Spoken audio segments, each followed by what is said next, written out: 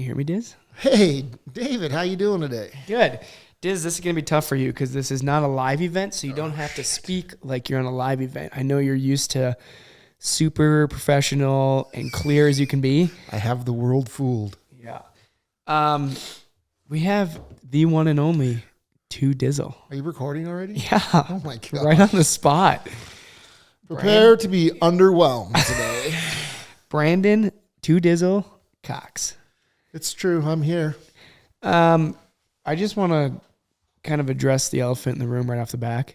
A lot of people. It is a wig. If you if you haven't been paying attention to the snowmobile industry in the last 10 years, then you probably don't know who he is. But if you have any form of social media or any eyes on anything to do with snowmobiling, Diz is involved in one way or another. But I still get the question, who is To Dizzle?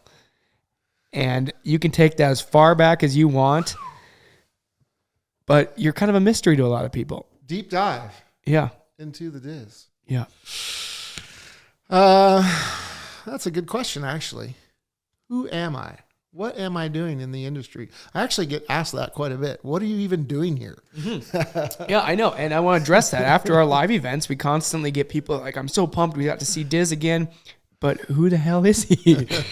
Who is that guy? Well, I guess we could start in the beginning. In about 2007, I actually got my first snowmobile. You know, a lot of you guys have been snowmobiling. I'm going to learn a lot here too, though. So I'm excited about this. A lot of you guys have been snowmobiling your whole lives. I didn't start snowmobiling until I was in my mid to late 30s, if you can believe that. And at the time, no one was using social media to promote the sport or anything. Or there was a couple companies out there, Boondocker, Thunderstruck.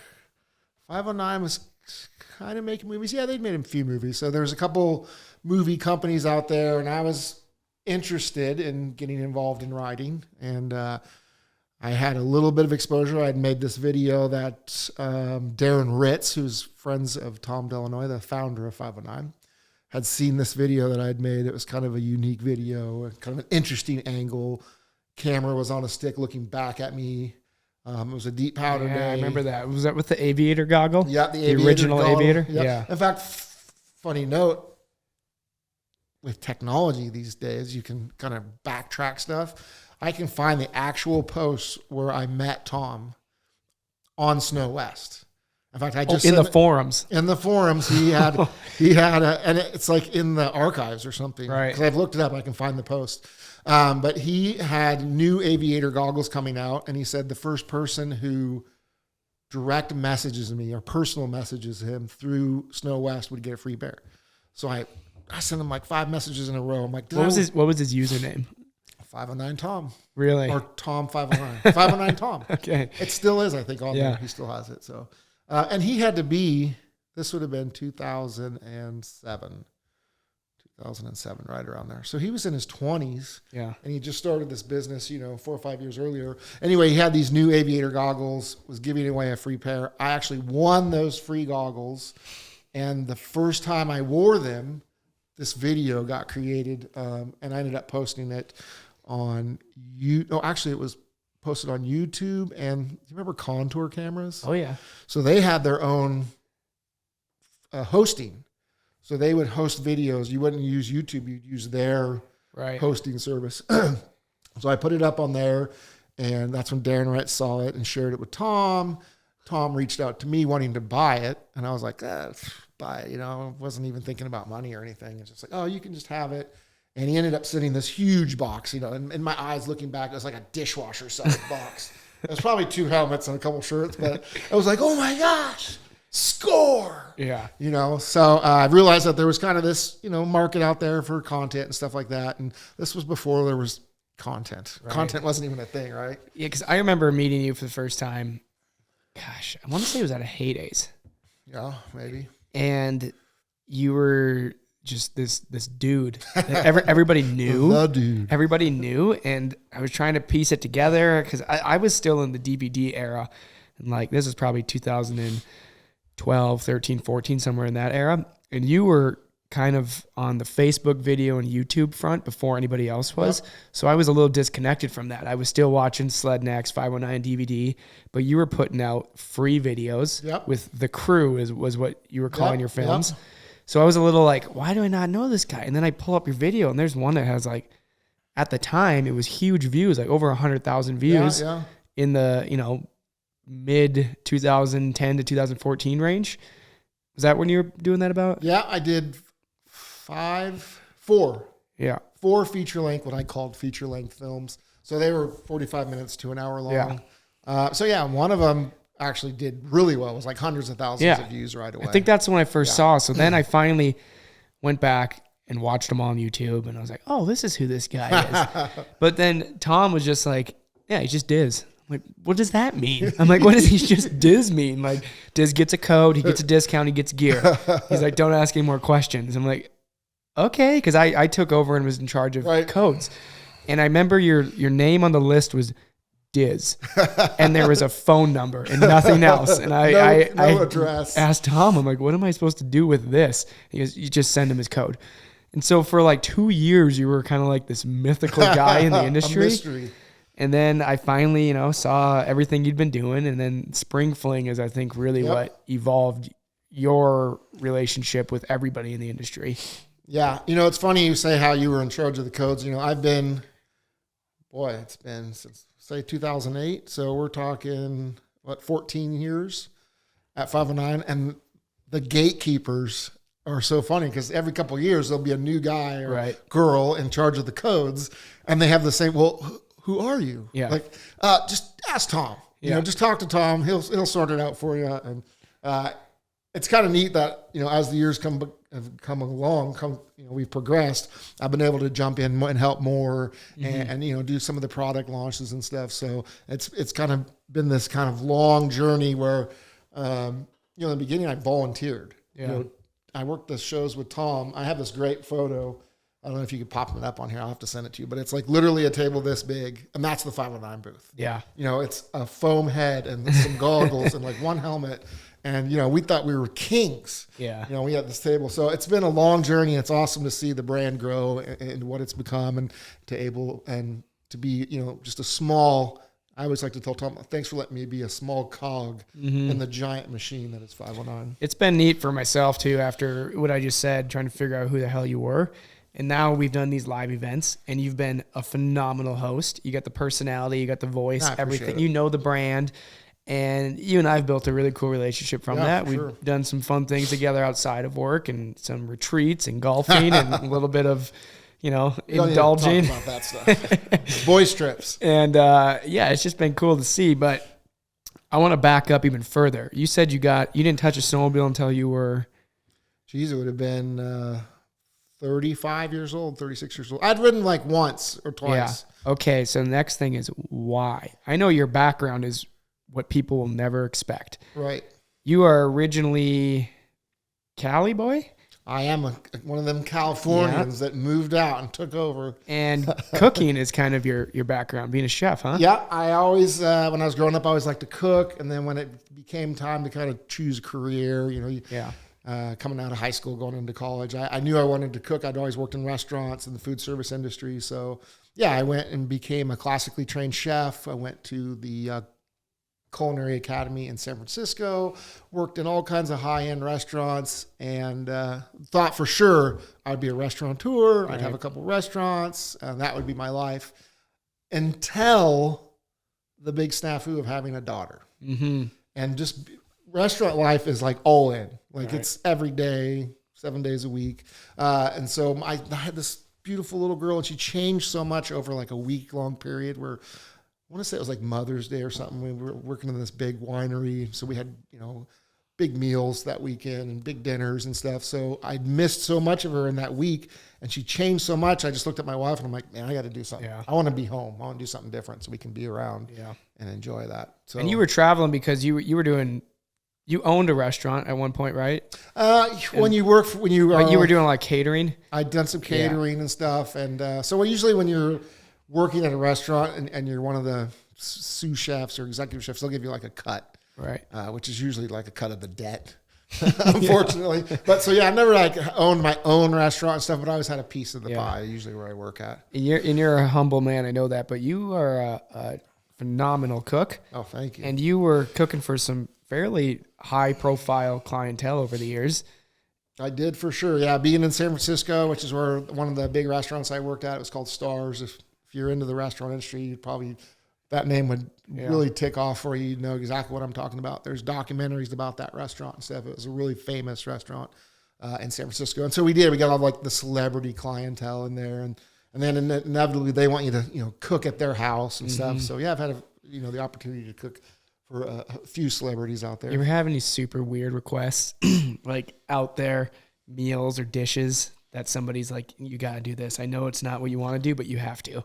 Not anything really crazy. Well, the one thing that we always laugh at in the industry, the food service industry, is when someone says they're allergic to something. Oh, I'm allergic to onions. And it's like, okay, well, onions is in everything, so you can't eat that. And then they'll be like, well, I like that, so I can eat that. It's like their allergies, come and go. So that was like the weirdest thing. And I'm glad this was 20 years ago before allergies existed. Like there was a peanut allergy. That was it. Now everybody's allergic to everything. And you have to have full sheets in your restaurant now to serve these people so you don't make them, sick or something. But thank God I'm out of that now. So you cook, you kick ass at it. Yep. You end up in Colorado. We did. We were living. I got to figure out where the snowmobiles came into play here, because that's all people know you for is the snowmobiling. But I want people to also know, if you see Diz, try to make him cook for you, because it is well worth the time. It's one of the few professions that were like, people expect you to do your job. Yeah. When you're not, it's like, oh, you're coming over to my house. Well, you could just work. I'm guilty as charged on that one. I don't mind though. I love cooking. But yeah, I moved. I was living in California, and then had my first daughter, Madigan. Hey, Madigan, love you.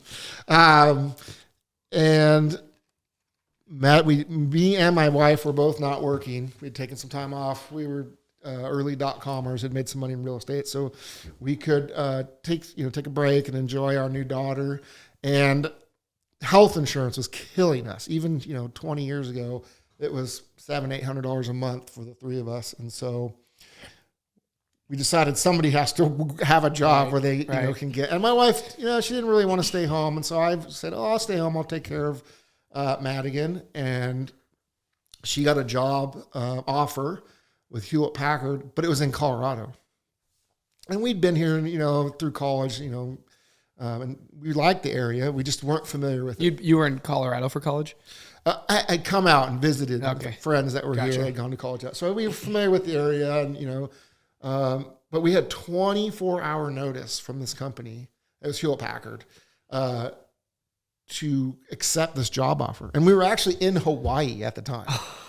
So she got this job offer. We had to fly home from Hawaii and then back to California, and then flew out to Colorado that same day and just checked out the area we might end up living. And it was so less expensive than California. Oh, yeah. Like tenfold. Yeah. So we traded in our... That's been a theme for many years. Yes. And now it's expensive here now in Colorado. So we were able to go check it out. I mean, we basically could cash out of California and pay for a really beautiful brand new home cash. Yeah. And still have money in the bank. So it's kind of a no-brainer. That's what got us out to Colorado. We were living in California on the water. So the back of the house was docks. We were way into the wakeboard scene. A lot of my friends are professional wakeboarders. And so I've always been around like kind of X game sports and stuff. But when we moved to Colorado, we brought the boat, and it was like, short season, cold water. So I said, well, what do they do in Colorado? They snowmobile. I'm like, all right, thank God I met someone that snowmobiled and not someone that hiked. Yeah, cross-country skied. Yeah. I'm a long-distance runner. No, so, I traded my boat in and bought 2 snowmobiles. Didn't know anybody that lived in Colorado, didn't know anybody that snowmobiled, so I figured I'd buy my wife one. Okay. Buy me one, buy her one, we'd have someone to snowmobile with. Yeah. She hated it. So all of a sudden, I had a buddy sled. Yeah, now you got a spare. Now I can make friends. You got leverage. Yes. Yeah, I can invite people to go snowmobiling. And so jumped on Snow West was the big thing Yep. back then, and kind of met a few people. And some of those people I met right in the beginning are the same people I still snowmobile. Isn't that wild? It is crazy. It is such a close-knit community. It is. Even though there's millions of snowmobiles worldwide, Yeah. how we all, if you're involved in the industry in any form of capacity, we all bump into each other at some point. Yes. Or at least can reference somebody and we've met them and we're like, yeah, that's a great guy. Yep. And you're what, 15, 20 years deep on this now and still have friends from day one that you met on a forum. Yep. Yeah. And that's crazy. And Tom too. Tom, we're really good friends now. And, I met him on a forum before I was even snowmobiling. Yeah. Basically, like I just researching. Yep. Looking into the sport. I just got in a snowmobile and made that video and ended up meeting Tom. And, now we're friends and, we all hang out and do different things together. Yeah. And so it's just crazy. It's interesting to me getting into the sport later in life because I've been riding since I was 3. Yep. And I can't imagine like right now just picking up a new sport, trying to figure it out to ride it at a level that you can get around with guys that have been doing it for 20x years.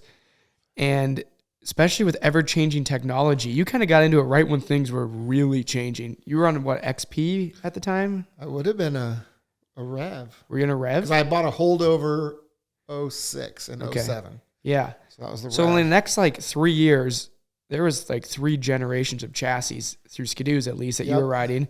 And so not only are you learning a new sport, things are changing every single year. Technology's bang, bang, bang, bang, bang. And I really had no idea. Right. That's just all I knew. Yeah. I thought that's the way snowmobiling had progressed since day one. Constant chassis and pretty much from before the Rev, there was not much technology changes for a good 20 years. Yeah, it's I'm fortunate that I came in and the sport itself was progressing really fast, but I was fortunate that the social media side and hadn't. So I was able to, I'm not the best rider in the world. I'm competent. I can get around on the mountain, but I was able to create relatable content and to deliver that to your computer or your phone at no charge. Yeah. And so people were just like, wow, this is great. I love this. And now that is the model. Yeah. You were like the original Sea Boys kind of, the crew. The crew yeah, was. where are the Sea Boys? We need to get them out to Spring Fling. We can talk about that later. Yeah, that's what was neat is the films you were putting out were A, free, B, relatable.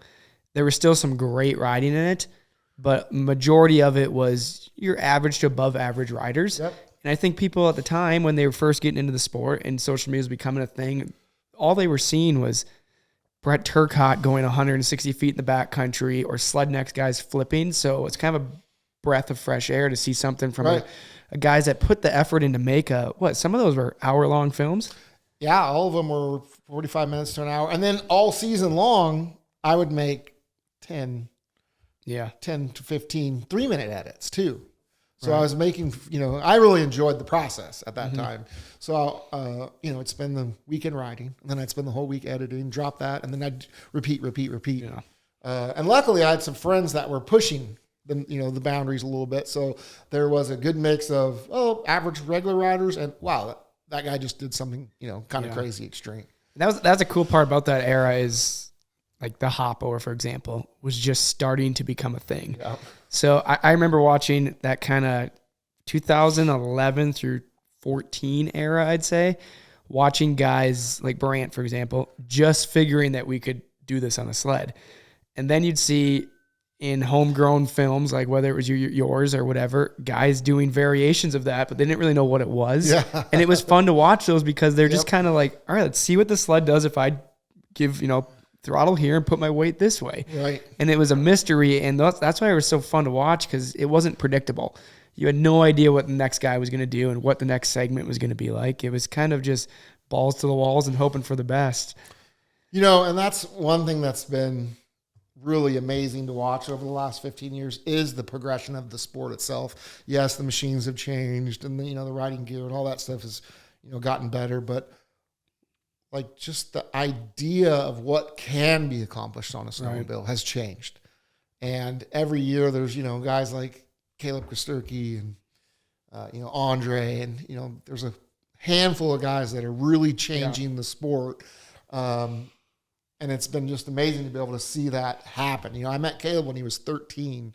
He had come out on a Thunderstruck ride, and just chunky little kid. He wasn't chunky back then. I didn't remember him being chunky, although I've seen pictures of him like that. He went through a little era there. I mean, his sleds was beat, but he was riding.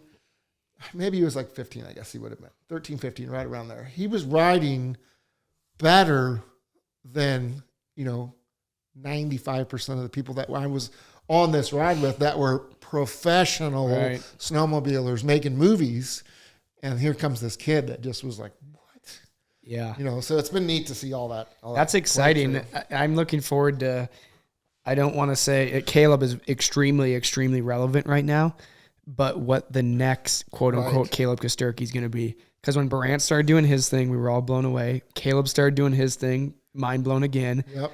What the next, I can't even think. I know. You want to try. It's gonna be. I don't know if you ever watch like Axel Hodges stuff. Yeah, he's like stringing stuff together, landing in wheelies to like drops, and then into. I feel like that's kind of the next thing, is like coming up to a step up, landing in a wheelie, combining that into a cliff drop or something. And didn't Turcotte do one of that? He did like a nollie, and that's why I think he did kind of a little test of that to show that people can do it. But I feel like that's the next kind of era of backcountry technical riding, is stringing things together in a line and kind of jibby, like almost like you're at like the ride in the park on your snowboard, right? And just stringing stuff together. But we'll see. I mean, time will tell. Right. Actually, I've heard of a big plan coming together by Shad Simmons of stringing some things together. So we'll be paying attention to that. Point made. Speaking of videos, though, it kind of bothers me a little bit, Diz. Not going to lie. But you've told me numerous times you don't watch other people's videos. So I did 509 films, feature films. Yep. I don't think you watched a single one. I have not. You've probably heard them in the background at snow shows. That's true. I have actually seen them in the snow shows. The reason that when I was heavy into making, edits every week during the winter and stuff, the reason that I kind of consciously chose not to watch other edits is that I would unconsciously steal ideas. Yeah. Steal shots. So I wanted everything to be real original. And it actually was a shot that made me realize this was I was watching, it would have been a 509 movie. I saw it at one of the shows where Nadine Overwater, I believe it was. Mm-hmm. She's like carving up and there's a GoPro camera on a stick in the snow, and she comes up to it and grabs it. And I'm like, I have to. I can't do it's that. Already been done. Yeah, it was a great idea, and she did a wonderful job getting that shot and everything. And it was like, that's why I can't watch it. Which is really weird is that I comment because everyone was, what'd you think of that? Great edit. I absolutely have not watched it. I apologize. I've been lying. One of these days we should sit down and go on a movie watching spree. Yeah. Make you watch them all finally. The one movie that I did watch was a two-stroke cold smoke. Mm-hmm. Wasn't that a series? The old Alaska. And yes. Yeah. And it was actually the year, I remember this vividly. I was in Island Park. I had won the Snow West Come Ride the New Snowmobile some contest. No kidding. Yeah, and so they paid for our comment, met with Ryan Harris, and they had like next year's sleds. Yeah. Oh, we went to snowshoot or something? It wasn't snowshoot. It was just us. And they would do like an article, like a one-page article. What year was this? It was the year Jay Mintaberry got injured. Remember when he went off that drop? Like 13-ish? And he landed on the rocks? Yeah. So we're in the hotel room talking about Jay, who just got hurt that day. Yeah. And we're like, gosh, these guys are, killing themselves for, no money. And someone had put in a two-stroke cold smoke movie, whatever, two-stroke cold smoke movie. And I was watching this movie and I'm like, we could do way better than this. Like with my home camera and my content, I'm like, we should just make a movie. Yeah. And like a couple of my buddies were like, well, by we mean you. Yeah. One person does all the work here, right? So yeah, that was what I decided to make a movie off of watching Two-Stroke Cold Smoke the day Jay Mintaberry got hurt. Fair. I watched some of those really, it's like Sudnex 1 through, I want to say up to 5 or 6 was on film, like literal film. Oh. was shot Dang, on film. right. Yeah, and processing Reel film. to reel. Yeah, so I just think about what we go through now, but I cannot imagine dragging a film camera out there, dealing with changing film, and shooting a whole feature film on that. Those guys, yeah, it was scrappy looking. It was kind of, 90s, like late 90s skateboard style. All those films were edgy. Gonzo. Yeah, edgy, punk rock, handheld, everything. But they were shooting it all on film cameras. That's crazy. And that's a special kind of person that wants to deal with that in the backcountry. Imagine just having a camera that only took 24 pictures per, and then you don't even know. Yeah. Like you go out all day. You Take can't a bunch review of it. pictures. No, yeah. Yeah. Wow. Brutal. No, thank you. Thank you, technology. Yeah. It's fun. Yeah, you occasionally Dizzle text me and ask me about something camera related. And I'm so bad about that. I'm not one of those guys that nerds out over cameras much because every 2 to 3 years we'll update our stuff at 519. And I don't research anything new until I need something new. Yep. I'm not just looking at reviews. Did you hear this came out? Did you hear that came out? I'm like, no, if it's like I know in the next 6 months I have budget to upgrade, then I start paying attention to it. So I'll get like my camera buddies like, what's a good starter camera? And I'm like, you should go read some articles because I do not have the answer for you. I'm the same. I like how, like some photographer guys, they get like the f-stop tattoo. My joke is that I would get the green square, which is the auto mode on Canon. So it's like get the full auto. Yeah, full auto, all these. I want to make sure I get the shot. But it's funny because I watch photographers and they'll do all the manual settings. And then what do they do right before? They go to auto and take a couple more to make sure they got the shot. I always see that. I don't do that. I just do manual Diz. That's just you. I'm sorry. I'm not saying I do it. I said I see people do it. Speed round. Okay. What is your least favorite 509 product? Original Sinister. Fair enough. Yep. Yeah. Just because of the evolution now, the field of view seems tiny at the time. Amazing. Look back at it, horrible. What is a 509 product you cannot live without on the mountain? Photochromatic Sinister X6s. Dang, I do love the photochromatic. Give me another. Yeah. Can we get yellow photochromatic? Do we have yellow? You'd have to ask design. It's all blue. There's smoke, clear to smoke, clear to blue. All Yep. right. If you were banned from riding Polaris snowmobiles, what snowmobile would you ride? I cannot answer that question. Next. But Polaris has banned you. They are forcing your hand. I would build a tube chassis as comparable to a Matrix as possible. With a Liberty. All right. 35s or 37s? 37s. I should have gotten 37s. My truck gets lifted tomorrow. Oh, really? Yeah. Did you get a new truck? I did. Finally came in. Oh, that's right. You had a little... No, that's right. That truck, when you got it new, you accidentally put gas in it. I did do Yeah. that. That's a true story. That's Canada's fault. Their regular fuel in Canada is in a green pump and diesel's in yellow. You noticed before you started the truck, though, right? I did. Unfortunately. I think fortunately. Although you could have then just claimed the thing, huh? It was the very first tank of gas that I put in that. I just bought it. I hope it was the very first tank of gas and the only tank of gas. Actually, there's this dog on a motorcycle. It's their fault. This dog, I'm going to send you the picture. The dog had glasses on and like a little pit helmet on. Like it was the coolest dog. And I was like, that dog's so cool. And I walked over and just put 35 gallons of gas in my diesel truck. And as I was walking, as I was hanging the handle back up, I looked over and I was like, that's weird. They have two diesel pumps right next to each other. And then I looked and went, oh, that was gas. Were they green handle? Was it a BP or something? It was a stop and shot or a fast gas. I forget. It's like a yellow sign. No, their diesel handles are yellow and the gas handles are green. That's what it is. It totally threw me off. I've almost done it before. I've never actually done it, so you've one-upped me, but I understand. I camped in that gas station as I towed my truck off to get the... It's actually, people complain about the price of gas right now. That was a $690 tank of gas. After they drained it and dropped it. And oh, man. Dumped it. I had to pay a hazmat fee. Really? Why? Because it was... Just disposal of it? Yeah, I'm sure the guys just put it in their cars too at the dealership, Yeah, right. The funny part of that story is, if you think it's funny, is I think it's hilarious. the dealership was 29 miles away. Like they came out and towed the car back and they said, be ready first thing in the morning. So I got up in the morning and I'm like, 29, I just hop on my mountain bike and boogie out there. And it was rolling hills, like straight up, straight down. Were you in BC or Alberta? I was outside of Alberta. Okay. Yep.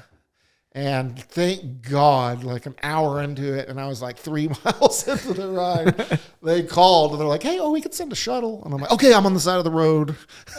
Come rescue me. Brutal. That's actually a good segue. That was pre-replaced knees, right? That was. Diz has robotic legs now, huh? I don't want to share your age. I don't want to do that to you, but I'll just say this, if you want to guess my age, I have Steve Austin knees. So that really says more about your age. Do you know who Steve Austin no, is? you're gonna put me on the tables have turned. Yeah, I'm not even going to tell you. Okay, well, everyone out there knows who it is. Over 51. Diz is getting close to AARP. I'll just put it there. I do get the mailers. So, to be riding as much as you are, it's awesome. First of all, not calling that old, but it's definitely at a point where it's tough on the body. True story. Yeah. And you've had some messed up knees, but was it just last year or a year and a half? 3 years now. Holy cow, time flies. Yeah, I've blown knees so many times, it's ridiculous. Yeah. Double ACL blown out on both knees. That's surfing days or? Wakeboarding, snowboarding. Snowboarding was the first one, wakeboarding, and then one snowmobiling, and then another one wakeboarding again. So both ACLs blown twice, repaired twice. Meniscus reshapings between that. And then finally my doctor's like, you just need to do full knee replacements, which scared the daylight out of me because they literally cut your legs in half. Right. They cut the bones and take the knee out and then put a prosthetic knee in. But I, unfortunately, had to have both of them done. So you did them at the same time, I talked to my doctor. They're like, no way, you can't do it. They didn't even want to do it, period, because I was under 50. They were, wait. But I've been wearing knee braces, and like at night when I snowmobile, I would sleep with an Iceman, which is it's like a cooler, and then it has hoses and these membranes. So I would wrap my legs at night and sleep with ice water pumping around them to keep the swelling down. Yeah. Every night. Brutal. Yeah. That's how much I love snowmobiling. Yeah. It's worth it. That was your red flag. I should do something about this. I did that for 8 years. Oh my gosh. I think I would have done the surgery a little quicker than that. They wouldn't do it. So I finally found a doctor and they did both knees. So they cut my knees out. And then they put like a what a brutal way to say it. I know that's the reality of it, but you keep your kneecap. So they take and cut the bone, pull the balls out, flop the kneecap over, and then they put like this CNC machine on there, and it reshapes the ends of the bone to take the prosthetics. All I know is my doctor said, don't watch the surgery because you can go, Were you awake for it? No, but they were saying like, don't go watch it online before because like they're literally like take this hammer and they're like hammering, shaking your whole body. Oh my god, it's violent. But yeah, they did both knees. It told me within 2 hours they came into my room and told me to walk. And I thought they were like, hey, no, you can walk. Like, watch, we're going to make this guy fall. Yep. So they had a walker, and I walked that day. And it's been like probably the most amazing thing that's ever happened to me. You feel like a kid again? I have no pain. Like, I couldn't even jump out of the back of my truck. Yeah. Like, that distance jumping down, not even. And to this day, 3 years later, I've had these new prosthetic knees. It still crosses my mind when I'm in my truck and can I jump? Oh, yeah, I can. And I'll jump out. And if you're looking into getting a knee replacement, I highly recommend it. But post-surgery is probably the most important part. Since I don't have a normal job, I spent 23 hours a day on my back, 1 hour a day rehabbing for the first couple weeks. Yeah. Keep the swelling down. And I had the surgery in July. By November, full sprint on a beach in Mexico. That following season, did you feel like the best you've ever ridden sleds? Not the first year. Or was it like sea legs? No, it was in my head. Yeah. I still wore the big braces, and so I couldn't hurt. And I was like, my doctor's like, you don't need to wear those. They're inside.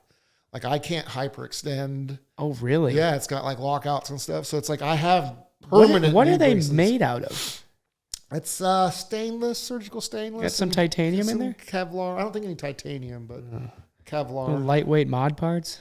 It has that. Okay, so you have your two bones, and then there's a pad between. It's called a meniscus. Yep. The ones I got, they can replace the meniscuses. They can get like a tune-up. So it'll be 3 years in July, and last year, you go in every year. He was like, it looks like I just put him in. Yeah. So I'm excited. That's awesome. Yeah, future's bright. Yeah, that's I can't imagine. It sounds brutal. Unfortunately, I feel like 20 years from now, I'm going to need some tune-ups. I'm hoping, here's my theory. I think I said this before with Ross. It's a really kind of selfish theory. I'm hoping, technology is advancing like crazy. This is a stupid theory. Essentially, yeah. 20 years from now, like my ankles need reconstructive tendon surgery. Hopefully they can just be like, here's some fresh ones. You get to pick out like what style you want, and they just chop them off, put them right on, and all of a sudden I got 16-year-old ankles that are ready to go. I want Caleb Kesterke's bot. No, wait. No, I don't. Have you been seeing his posts lately? He's beat up. Yeah, that poor guy. He needs to take care of himself, or he's going to be having fake knees.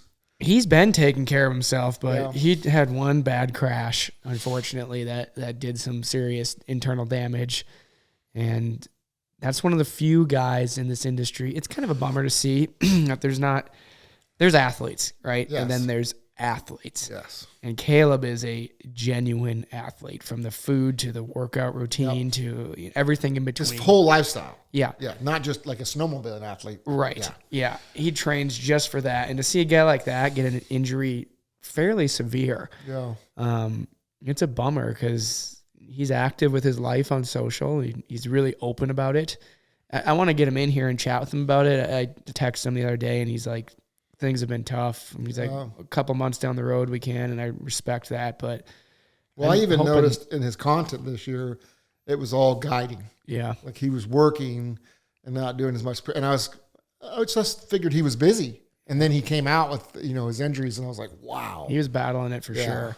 So hopefully for Caleb too, another 20 years, we can just here's a fresh spine. Here's some fresh hips. Hips are doable. Yeah, hips are easy. Yeah, right. Spine, not so much.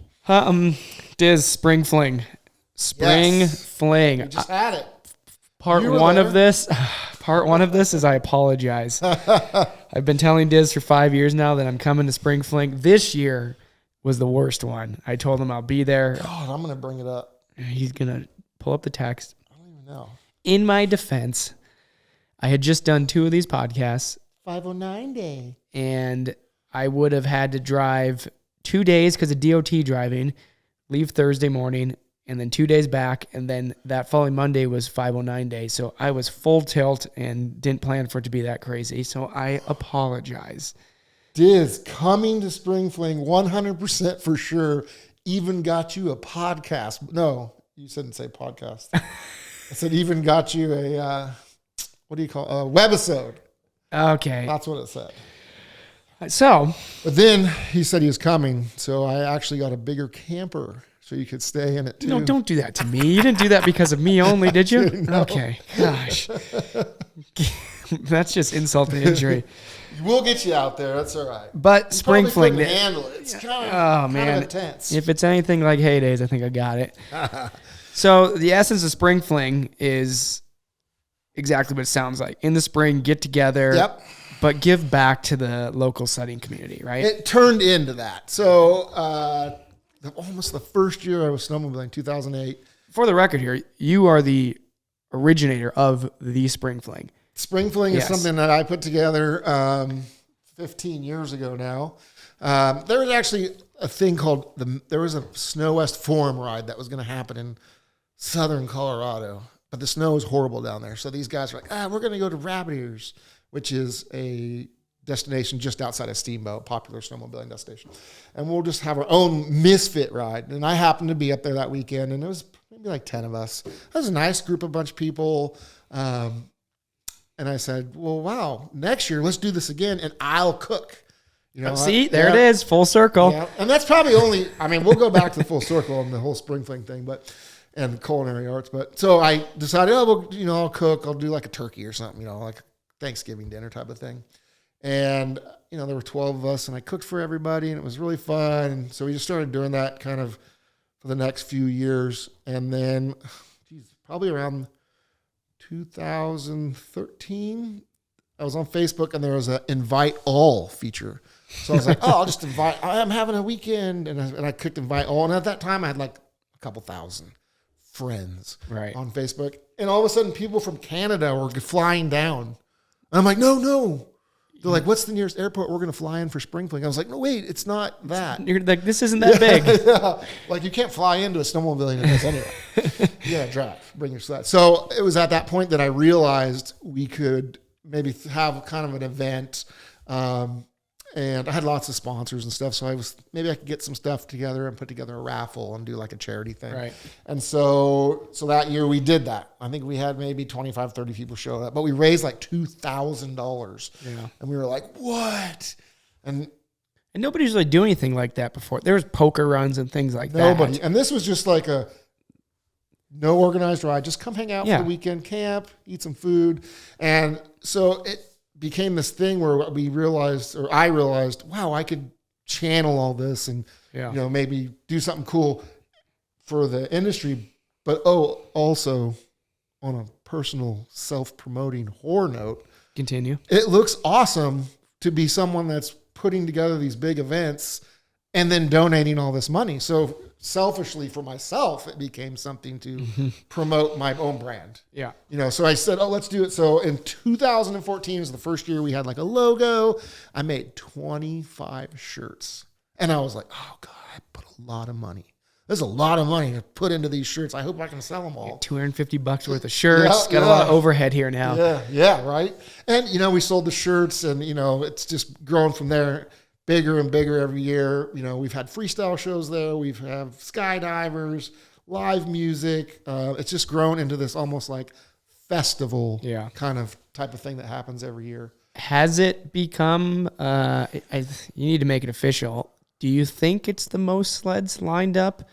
There's kind of some variables there if you want like on a mountain in the snow, because it's not like at a snow show, it's not a race. So there's kind of like some loopholes I think you could claim a world record on. We claim the largest sled lineup above 9,000 feet. Okay, see, there's the loopholes. Because they do a big one in Alaska. Yeah. But I don't know if they ever line up the sleds. Right. So we do that. That's kind of Arctic Man or whatever. Yeah. Arctic Man. Yeah, that's the snowmobiling one. So that's kind of like the highlight of the big weekend is we get everyone that's there, and it's getting upwards to 1,000 people camping out. So the biggest lineup we've had has been just over 700. It was a little bit down this year.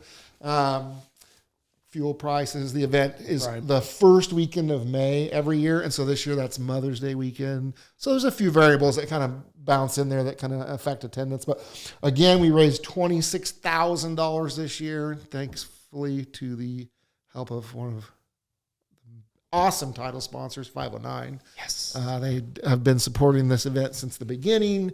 So none of that's possible. We were joking, actually. Tom came to Spring Fling. I know, and I didn't. Made you look even worse. The elusive. We've talked a lot about Tom on these podcasts, and we're yet to get him in here. We'll get him. The elusive founder of 509 came to Spring Fling for the first time, and I did not. He did. He sent me a photo of, I think it was a video of me playing. And Tom's like, what's up with this no-show? We do movie night. Yeah. And so this year we were playing I was going to surprise you. I downloaded all the YouTube series? Yeah, and played a bunch of them on the big screen there and stuff. And so it was cool that Tom came, but we were joking that Spring Fling doesn't exist without Tom. Yeah. I don't exist without. Like my snowmobile. The domino effect. Yes, this whole thing. So it's kind of funny. We were like joking, like thanks, Tom, for another great Spring Fling.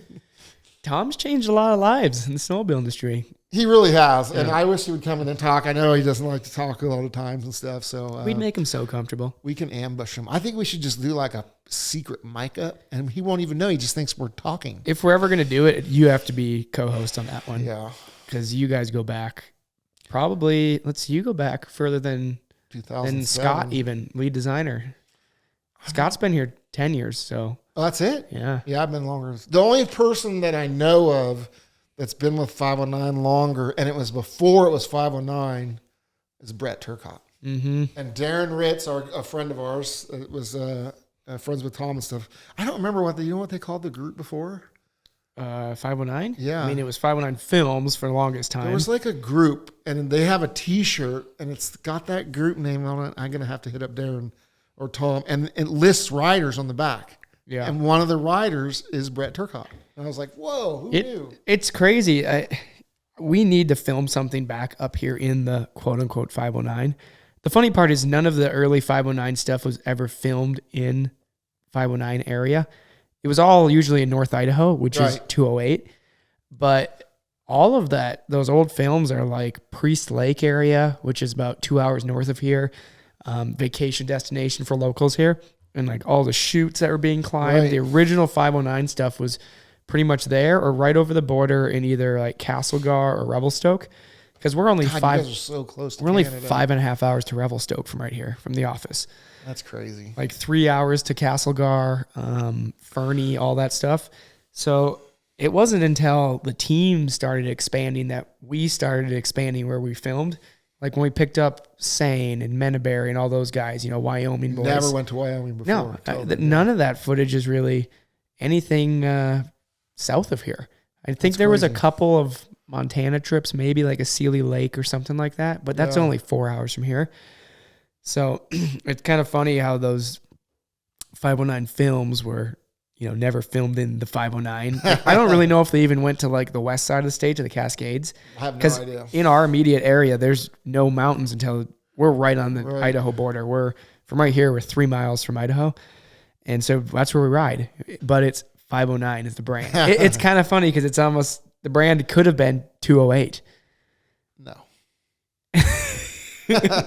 No, but it could have. That's true, it's that close, and all the riding's done in Idaho. Well, do you ever get people ask you what 509 is? It's so funny. It's like, don't you know all numbers are area codes? I didn't know. This is embarrassing. You're already here? No, close. It was like 7 years ago. Tom called me about something. I was going on a shoot. I think the heli shoot. And Tom called me, and the area code on my phone came up as 509. And I remember right before I answered, I was like, oh my God, I get it. And so when I first answered, I was still like processing that, and I wanted to say something to him, but I'm like, I'm going to sound like an idiot if I go, hey man, nice to chat. I just finally realized what 509 means. Hilarious. My kids had a moment like that because we go on road trips every summer, and we always try to come through here. And as we were coming through, they were seeing phone numbers on signs, and they're like, 509 is everything. And I was like, no, it's the area code. And they're like, okay. Yeah. But they were 8. Yeah. Okay. What's I was 20 in my 20s. That's awesome. I believe, as painful as that is to admit, I think I was in my 20s, unfortunately. That's awesome. But no, we'll get him on eventually. I know. Well, I want to get Scott in here. We just had Scott in here. Oh, did you film it already? Yeah. Oh, I didn't. We could get him to come back in if you want. No, he's the Scott Wilhelm. He's the man behind, all the design and stuff. So I just love to see what's going on up in his brain. Yeah. You were Tom design era when you first started. Tom was still designing. Yeah. Right. I remember Tom came to a snow show with a duffel bag of goggles. Yeah. And when the goggles, no boxes, like they were like in a plastic bag. Yeah, in a little bag. And he'd probably just gotten them from wherever he was getting them back then, I was like, the bag of goggles. Yeah. Now that's unreleased. like a pile in the corner, that many goggles, That's cool. There's like the archives over here. Yeah. We'll have to dig through it after this. Ooh, I need a pair of goggles. That's easy. For my display. A pair of the original Aviators. Ooh. So there's these cool archives over here in the back of the warehouse. And it goes back. There's I think there's like original Evolution helmet colorways. Nice. Some original Sinisters. This is the text messages. Sorry, my phone. And it's just kind of cool to look through there because it's just this vault of history. Right. And we're eventually going to probably do like a history timeline. Capsule, yeah. Cool. And Tom's been strategically keeping some of that stuff for that reason. But it'd be cool to almost do a podcast going through that stuff. Right. Like all the pivotal moments. So the original Sinister to the Aviator, Evolution, Altitude, and then kind of Kingpin was the next thing. Yep. And there's some cool pivotal pieces that really just continued to put the brand on the map. And you've fortunately been able to ride in just about every single one of them. I have in my office all my helmets lined up, Yeah. on the wall in those little hangers. So it looks really cool. But my first helmet, which was actually a mountain bike helmet that I was wearing in that video they discovered, I was wearing those Aviators, and those are the only goggles. Weren't they pink ones? No, they were mirror.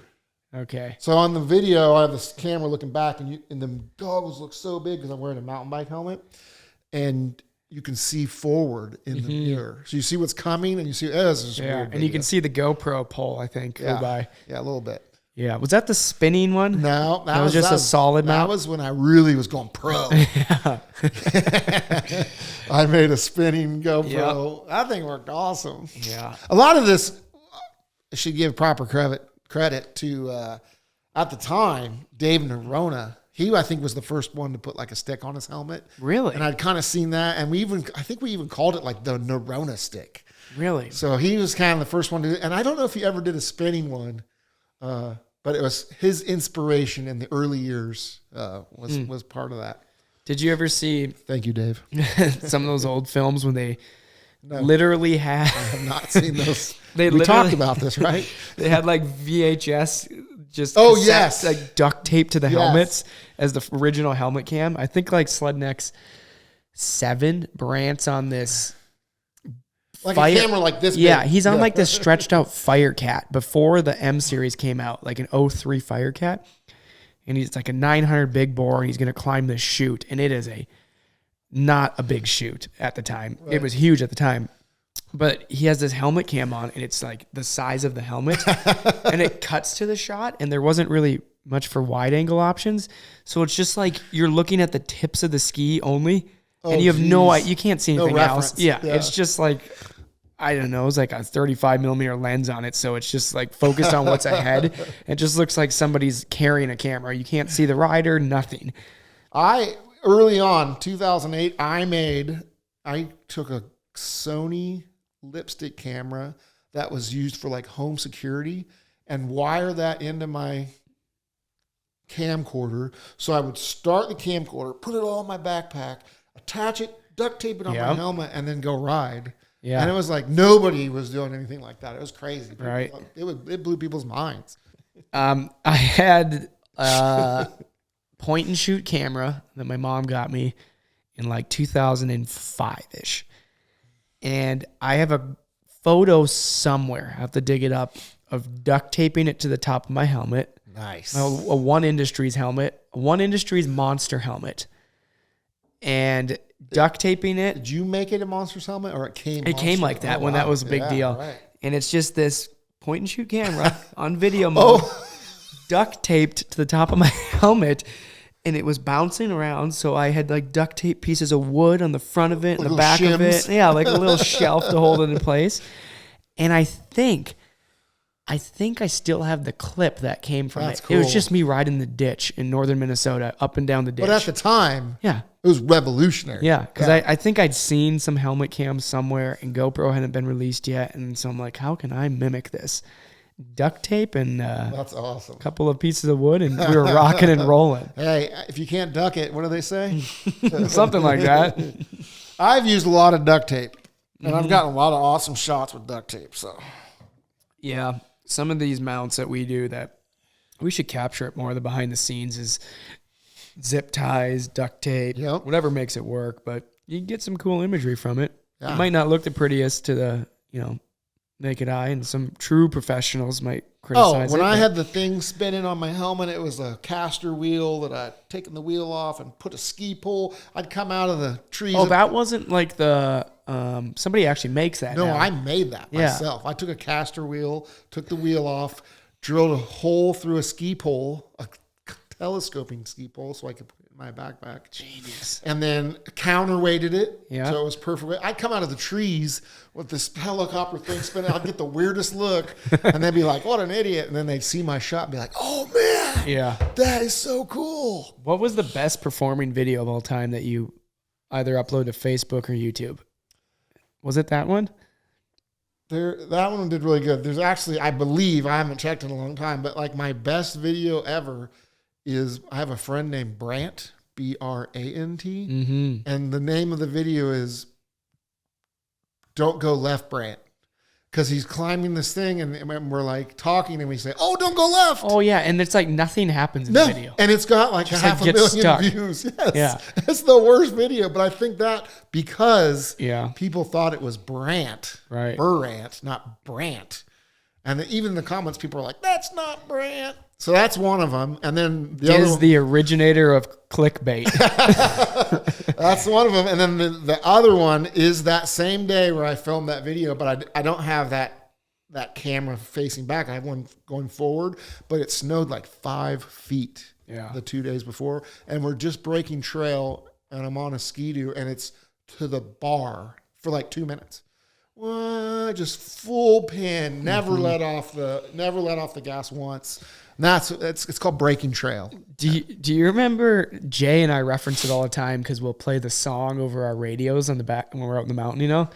The video titled "The Most Beautiful Snowmobile Clip Ever." Yes. And it's on a Yamaha. What's the song? Just Breathe. Yes. Breathe, just breathe. That song? Yes. I thought that thing at the time had millions of views. I don't know if the original got deleted. Maybe it was on Facebook. It's been poached, and so you see the non-original. Because I found it, and it was like it was in 200,000 views, and I'm like, I thought this was bigger. Yeah. I think the biggest video is Crazy Canadian. Yep. And it's been stolen and reposted, and the reposts have millions of views. Yeah. Where he goes up that chute and he hooks it right at the top and lands on the cornice. Yep. And then starts screaming. Yeah. That I've seen like 6 million in some places and stuff. It's interesting what's gone viral over the years. There's definitely like a peak era. Yes. When snowmobiling was really evolving quick. People were doing some pretty crazy things, but then YouTube was just becoming a thing. And there was only a handful of videos snowmobiling related on YouTube, so everybody watched them. Yeah. And now, there's so much content out there, but there's definitely a market saturation. There's that era though that we all remember, those pivotal videos that went viral. Yeah. And that most beautiful snowmobile clip in the world, I think it's called. And it's like some turbo apex just carving around in BC or something. And all the trees are fully flocked. Yeah. And he's just wheeling everywhere. And now it's like in like 144p or something. At the time, I thought it was so sweet. So crisp. I think it was like 480 or something. And it was like, this looks awesome. And that was like Vidi. Yeah. Wasn't that the guy's name? I think so. Something like that. He used to make movies or? Yeah. Vidi. What were some other viral ones? I want to go down. How do you even know it's going to be viral is the crazy part. Like you can put tons of effort into something. Oh, tell me about it. And then it flops. And then you film your buddy Brant making a left turn, and then that goes viral. Yeah. If you guys aren't subscribed to our YouTube channel, watch it. We put a lot of work into those. We don't put out as many as a lot of guys out there. We usually do 8 to 12 a winter, but that's cool. They're quality. It's kind of some of the best snowmobiling videos I haven't seen. They're fun though. I think we're going to try and do some more of that. I actually watched one at Spring Fling, the one with the snow bikes. That one was pretty good. The one comparing sleds to snow bikes? No, it was when Michael Reeves they never ridden a snow bike before. Oh, with Borchers and Riley. Yeah, that one's hilarious. That one was good. Yeah. I like that. And I just saw that because we played it at Spring Fling, so I was kind of seeing it in the background. But that was some fun. We keep talking about stepping outside our comfort zone and taking our athletes and doing something that's not even snow related, but it's just pure comedy. Oh, yeah. So, for example, there's this race in Oregon called the Gambler 500. Yes. It's $500. Yeah, $500 cars for 500 miles through the mountains. And it's all like coordinates, logging roads. And you basically get just some beat-to-crap car. You cut out your fenders and put as big of tires as you can fit on it. Bring all your tools with you. And we were thinking of doing a whole 30-minute video on that, like Team 509, like 2 cars. We should just do our own rally. $509 cars. Ooh. And invite a bunch 509 miles, too. Yeah. All right. Get to work. That's a good idea. I'm full of them. But to cancel out the planning of that, we're going to do the Gambler 500 first. Practice run. But we get like Jay and Sane in a Yes. car, and then we get, like a Caleb and whomever in the other car, and it's just kind of survival. I'm in. There's nobody's really winning. It's just more the camaraderie and Everyone wins. yeah, David. yeah. Nobody loses when you're on Team 509. But this stuff like that would be fun videos to do in the future. It's Yes. just kind of, everybody's human and we all have fun and step outside our comfort zone and do something hilarious. Speaking of stepping outside our comfort zone, another great event, and it happens on the dirt, kind of a cow tag from the snow, like Climb does their cow tag. I don't want to use Climb and cow tag, obviously, but I've been thinking about doing something like that at Spring Fling, where there's points that you go to. Yeah. And if you go there, you get a certain amount of points. So let's say you're a trail rider. You could do a 20-mile loop Right. and hit all these checkpoints. Or you could do some technical stuff that are harder to get to and have different points. And I don't know. Riley Put a pin in Suhan- that one. Riley Suhan does Yes. a really cool event that we've talked about doing in the States here. He does like a relay race, essentially. Is that what it is? Okay. Yeah, you get team and you tag team event, right? And it's through the back country though, and there's a variety of different things. There's like a hill climb, there's a section that goes to the trees, big long straightaway in the Alpine, and it's 5 or 7 mile lap. Oh, that's cool. But I don't know. I feel like that's the next step in racing that we're missing. I would love to see at one of these ski resorts. Rimshaw's cool and all, but I'd love to see an event where there's a 30-foot window in the trees that everybody has to, like a hard enduro essentially. Yeah. And by the end of it, it's just whooped out. There's different line options, right? You don't have to go through a gate. You just have to stay within this roped off area. And then you go up it through the trees, come down a ski run, do a whole lap. I think that'd be such a fun race to not only watch, but race in. You're not confined to your, 6 foot wide gap between two gates. You got 30 feet to pick your own line and kind of do what you want with it. Yeah. I like it. You're going to race the vet class? I'm going to race the seniors. We're going to call it vet. It sounds better. Veteran. I'm in. I want to do it at Spring Fling even. I'd love to host an event like that. We've talked about it, but one of the issues that we come in with Insurance. is the big one is insurance. Anything that involves motorsports and out into the back country starts to go out. But there is a local guy, Phil Valum, in Colorado that's doing the cross-country race circuit. So maybe I need to reach out to him, and I'm sure he has all the right insurance and stuff like that. So It'd be fun. I'm always brainstorming stuff like that. I know, huh? Just need more hours in the day. How can I snowmobile more? I know. I think next year I'm going to go to Chile. You are? Yeah. With Brant, or just go down there with that? Just maybe like Roscoe. Cool. Go down there, and I don't know yet. Maybe Dizco? Come on down, Diz. You can you can cook for us. Yeah. Put me to work. Sure. Why not? Right on, buddy. Well, we kind of covered a lot there. Yeah. I think we hit some good topics. Anything I think we missed? we finally answered the who is To Dizzle question. It's all lies. I'd like to take a moment to thank my wife, Laura Cox, my 3 daughters, Madigan, Bella, and Shay, and my dog, Charlie. For letting you fly all the way up here for 24 hours for an hour-long podcast. That's dedication to the brand. Yeah, I'm all in. You know what they say? You got to show up if you want to blow up. Well, Diz is going to continue to do that. We're probably going to do more live events come this fall. Hopefully, we're going to bring our Kickoff to Winter live event in person here at HQ finally. Oh, nice. Now that COVID's kind of, on the down, we can hopefully bring that and have an in-person event along with some live streaming. And then, of course, we'll be doing Black Friday again. I'm thinking we need to do live event on the snow. I know. We can make that happen. We just need somewhere with cell service. It's everywhere these days. You can get a little backpack unit. Not with my provider. Oh. Yeah. Verizon. Get to work. But no, we're definitely going to do probably Heyday's podcast. Nice. Awesome. For like a couple hours and just be spitballing. And when we see people we know come by, yelling them to come over and sit down and get a bunch of random guests. That'd be a great place. And yeah, we'll get you involved for sure. But if you guys don't follow Diz, you should. It's just at At To Dizzle on every platform. Tudizzle. You are correct, sir. Hit Diz up if you got any questions about Spring Fling. You want to go. It'll be next May again. May 6th. Yep. 2023. Free food, free beer, live music. I will think about coming. Again. No David McKinney's, so that's a bonus. Man, that's even closer to 509 Day. That's a day earlier. Was it May 7th this year? Yeah. Okay. Maybe it's doable for me. We could do 509 Day live from Spring Fling one year. When it overlaps on the 9th, maybe we can make that happen. Yes. I don't think that'll never happen, will it? No. We can make it happen. I'm in charge of the whole thing. Okay. I can Sounds pick good. the day. 509 Day Spring Fling. That would be cool. 509 Fling Spring. Write that down. But, well, thanks. Thank you for listening. If you're on YouTube, thanks for watching. Subscribe, leave us a comment, give us a like.